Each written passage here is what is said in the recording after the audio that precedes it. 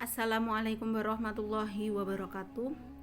Perkenalkan, nama saya El Octaviana dari kelas D mata kuliah Creative Writing Drama dengan nomor induk mahasiswa 932203719. Pada kesempatan kali ini, pembuatan video UTS, saya akan mengangkat sebuah peristiwa, salah satu peristiwa yang paling besar yang terjadi pada penyebaran agama Islam, yaitu kisah Perang Badar, perang dahsyat di bulan Ramadan. Latar belakang terjadinya Perang Badar. Perang Badar terjadi pada tanggal 17 Maret 624 Masehi atau 17 Ramadan tahun kedua Hijriah. Perang Badar adalah perang pertama yang terjadi antara kaum muslimin yang dipimpin oleh Rasulullah Shallallahu Alaihi Wasallam melawan kaum kafir Quraisy yang dipimpin oleh Abu Jahal. Dalam perang ini, jumlah pasukan kaum muslimin hanya berjumlah sekitar 314 orang, sementara pasukan dari kaum musyrik Mekah berjumlah hampir 1000. Bahkan ada riwayat lain yang mengatakan jumlah dari pasukan kaum kafir ini melebihi 1000 orang.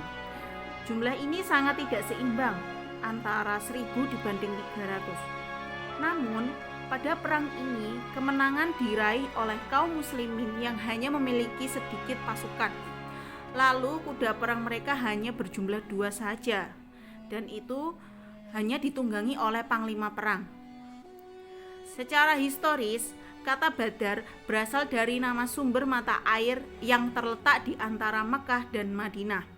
Jadi, Badar itu adalah sebuah lembah yang luas, yang besar, yang terletak di antara Mekah dan Madinah.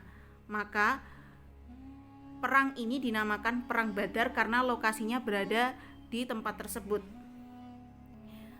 Awal mula peristiwa ini terjadi yang melatar belakangi adalah pada suatu hari tersiar kabar di kota Madinah bahwa ada kafilah dagang yang datang dari Syam menuju ke Mekah.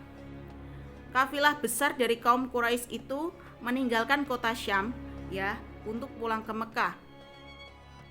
Kafilah tersebut membawa barang-barang perniagaan atau barang-barang yang digunakan untuk mengais uang yang nilainya sangat besar, berupa 1000 ekor beserta barang-barang berharga lainnya. 1000 ekor di sini adalah 1000 ekor unta. Lalu kelanjutan dari peristiwa ini, sebelum terjadinya perang, ada suatu peristiwa di mana umat Islam menghadang kafilah dagang Abu Sofyan. Abu Sofyan ini adalah pemimpin dari kota Mekah pada saat itu. Tujuan dari umat Islam menghadang kafilah dagang ini adalah untuk mengambil hak dan harta para kaum muslimin yang sebelumnya pernah dirampas hingga diambil paksa oleh kaum musyrikin. Jadi saat kaum muslimin hijrah ke Madinah, mereka hanya membawa badan beserta pakaian yang menempel di tubuh mereka, sebab harta benda dan juga barang-barang mereka tinggalkan di kota Mekah tersebut. Jadi ternyata pada kabar yang tersiar di kota Madinah itu tentang kafilah dagang dari Syam menuju pulang ke Mekah, maksud saya, itu ternyata adalah rombongan kafilah dagang dari Abu Sufyan. Lalu lanjut, sementara itu di kota Mekah, para pemuka kaum Quraisy atau para pembangkang ajaran Islam yang dibawa oleh Nabi Muhammad Shallallahu Alaihi Wasallam seperti Abu Jahal, Umayyah bin Khalaf, Syaibah bin Rabi'ah, Utbah bin Rabi'ah dan yang lain sebagainya, terus mengawasi dan mengintai perkembangan dari kota Madinah, sehingga timbul rasa iri dan cemburu akibat pemerintahan kota Madinah di bawah kepemimpinan Rasulullah Shallallahu Alaihi Wasallam. Jadi kota Madinah ini adalah kota kecil yang sebelumnya itu ketika beliau atau Rasulullah ini belum hijrah ke Madinah, Madinah seperti biasa. Lalu pada saat Rasulullah sudah memimpin kota tersebut menjadi makmur, kota tersebut menjadi berkembang pesat, sehingga menimbulkan rasa iri, dengki, serta kecemburuan dari pihak kaum kafir Quraisy. Namun demikian, Sesungguhnya perang Badar memang terjadi karena umat Islam ingin mempertahankan eksistensi agama Islam. Jadi agama Islam itu terus dilestarikan, terus disebarluaskan agar orang-orang banyak yang memeluknya. Selain itu, Nabi Muhammad SAW, utusan Allah, berperang melawan kaum Quraisy juga bukan untuk meraih kesuksesan. Jadi tujuan dari perang ini ya bagi Nabi Muhammad itu bukan hanya atau tidak untuk meraih kesuksesan, kekayaan atau kesenangan pribadi. Lebih dari itu, Nabi SAW ingin menegakkan agama Islam di muka bumi serta mencegah segala kemungkaran dan kebatilan. Para sahabat beliau beserta kaum muslimin, yaitu kaum muhajirin dan juga ansor, juga tidak mengharapkan kemewahan dunia, melainkan mereka ingin mendapatkan pahala atau jaminan surga yang sudah Allah janjikan bagi mereka yang berjihad di jalan Allah. Lalu kita mau ke puncak klimaksnya, yaitu pada saat hari itu tiba, yaitu perang Badar terjadi, kaum muslimin mengambil posisi yang terdekat dengan sumber air. Tempat tersebut dipilih oleh Nabi Muhammad sebagai salah satu bentuk strategi perang. Jadi Nabi SAW sebelumnya sudah menyiapkan beberapa strategi perang ya. Yang salah satunya adalah memilih tempat yang dekat dengan sumber air. Tempat tersebut dipilih oleh Nabi Muhammad sehingga umat Islam memanfaatkan kondisi geografis dari kawasan Badar. Dalam strategi yang dibuat, misalnya sahabat Sa'ad bin Mu'adz radhiyallahu anhu membuat gundukan tanah di sekitar lokasi peperangan, yang hal ini bertujuan untuk bisa Rasulullah SAW mengawasi jalannya perang serta memprediksi pola serangan yang tepat guna mengalahkan pasukan kaum kafir Quraisy. Lalu di dalam perang Badar tersebut, Nabi Muhammad SAW yang memimpin langsung penyerangan terhadap kaum kafir Quraisy. Peperangan itu melibatkan 314 kaum muslimin, 8 pedang, 6 baju perang, 70 ekor unta, serta 2 ekor kuda perang yang seperti saya sebutkan tadi. Lalu pada pihak musuh, dari kaum kafir Quraisy mengerahkan pasukan berjumlah 1.000 orang, 600 persenjataan lengkap, 700 unta, serta 300 kuda. Meskipun kalah dalam jumlah pasukan, kaum muslimin tetap bersemangat untuk berjihad di bulan Ramadan karena tepat peristiwa perang Badar itu terjadi pada bulan Ramadan. Semangat perang itu berhasil menewaskan 3 pimpinan perang dari pasukan kaum Quraisy yang nantinya akan duel 1 lawan 1. Nah, lalu kita ke bagian memasuki klimaks. Tadi mau ke puncak klimaks, sekarang ke klimaksnya. Sebelum perang tanding dari pihak lawan yaitu kaum kafir Quraisy dan juga dari pihak kaum muslimin, saya gambarkan ini. Ini kita andaikan yang besar ini adalah kaum musyrikin karena jumlahnya 1.000, dan yang kecil ini adalah kaum muslimin yang berjumlah 314 orang.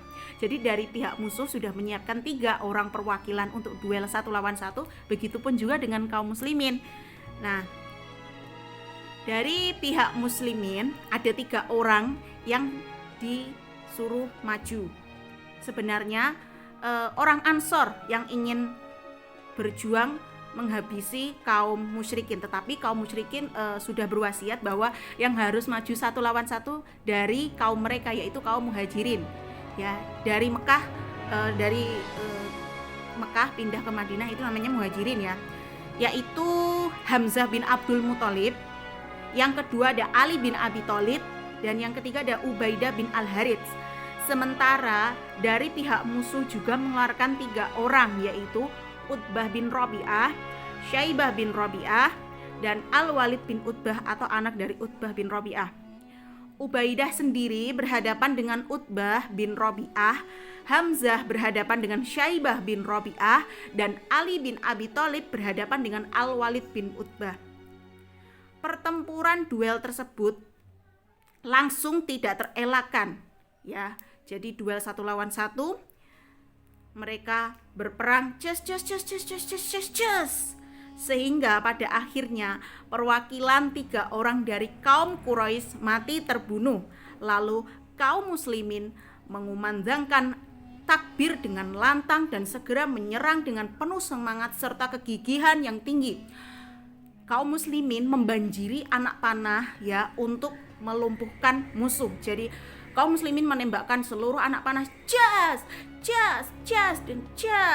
dan sehingga membuat musuh menjadi lari dan juga kabur. Nah, banyak yang gugur ya pada pihak musuh, pada kaum musyrikin.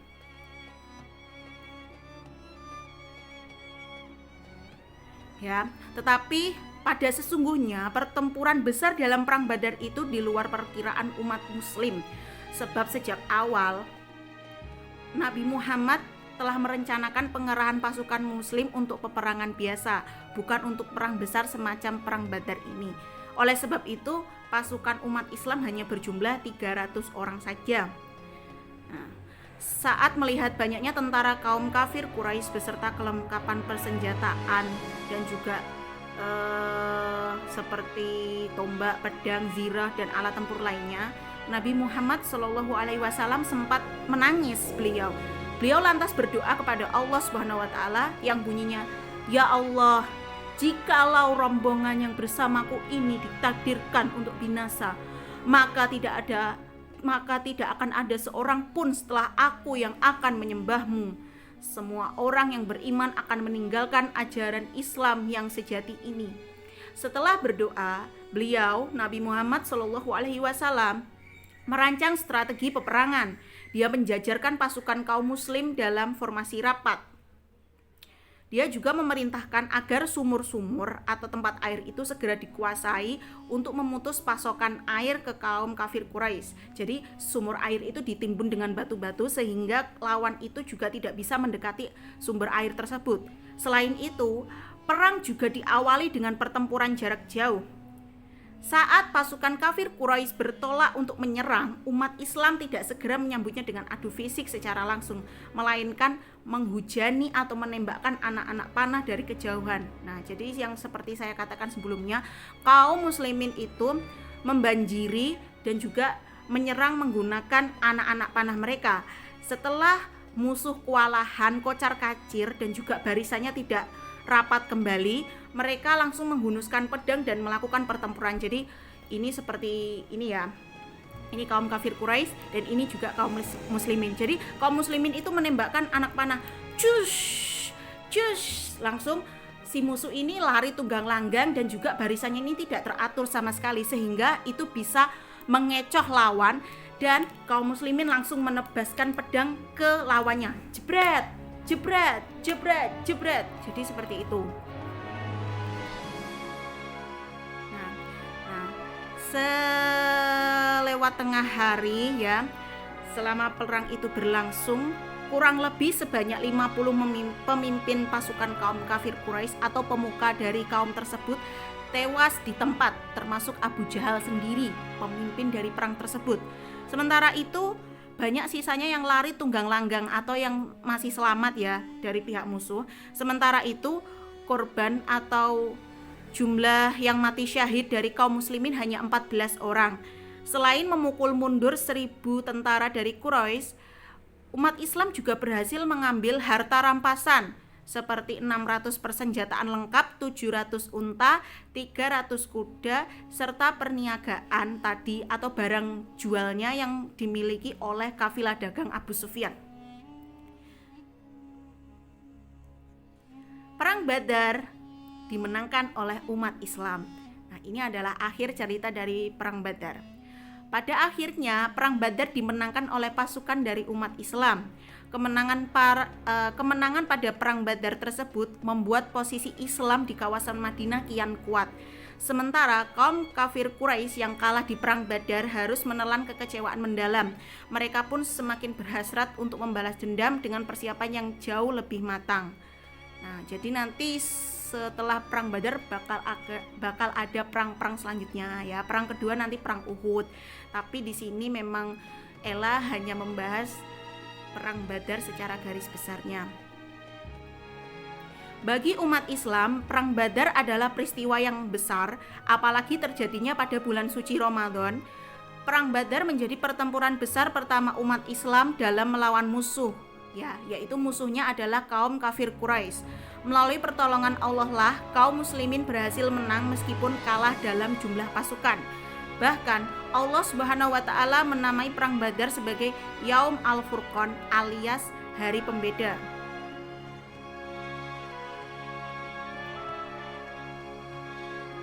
Sebab alasannya pada hari itu telah dibedakan mana saja yang hak dan mana yang batil. Saat itu Allah Subhanahu wa taala juga menurunkan pertolongan besar untuk umat Islam dan memenangkan mereka atas musuh-musuhnya yaitu kaum kafir Quraisy. Jadi atas izin Allah berkat doa Nabi Muhammad SAW, Allah langsung menurunkan bala tentaranya sebanyak-banyaknya untuk membantu kaum muslimin dalam menghadapi musuh. Dan apa saja hikmah yang dapat kita ambil atau yang dapat kita teladani dari perang Badar ini? Nah,